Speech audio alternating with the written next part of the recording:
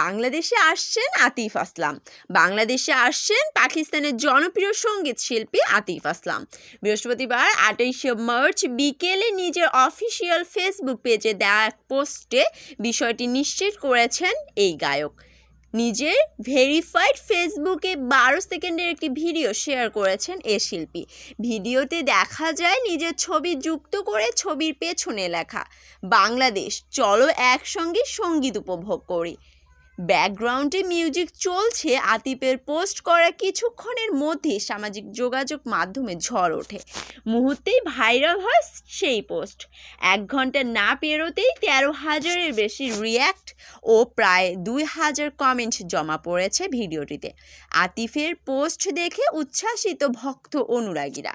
তবে ঠিক কবে আসছেন এ বিষয়ে বিস্তারিত জানা যায়নি। প্রসঙ্গত চলতি বছরেই সঙ্গীত ক্যারিয়ারের 20 বছর পূর্ণ করবেন আতিফ আসলাম। সুরের জাদুকর আতিফ আসলামের জনপ্রিয়তা দেশ ছাড়িয়েছে। বলিউডেও তার খ্যাতি কম নয়। ভারতীয় উপমহাদেশে অগণিত ভক্ত আছে তার। 2005 সালে জহর ছবির হিট গান ওহ লামহে দিয়ে শুরু হয়েছিল পাকিস্তানের গায়ক আতিফ আসলামের বলিউড জার্নি। পরবর্তী 1.5 দশক মুম্বাইয়ের ফিল্ম ইন্ডাস্ট্রিতে গান গিয়ে মাতিয়েছেন ভারতবর্ষ। আতিফ আসলামের উল্লেখযোগ্য গানগুলোর মধ্যে রয়েছে আদাত, ও লামহে ও বাতেই, তেরে বিন পেহলি নজর মে, তেরা হোনে লাগা হো, তেরে লিয়ে তু মিলা, রাফতা রাফতা, জি লেন দে প্রভৃতি।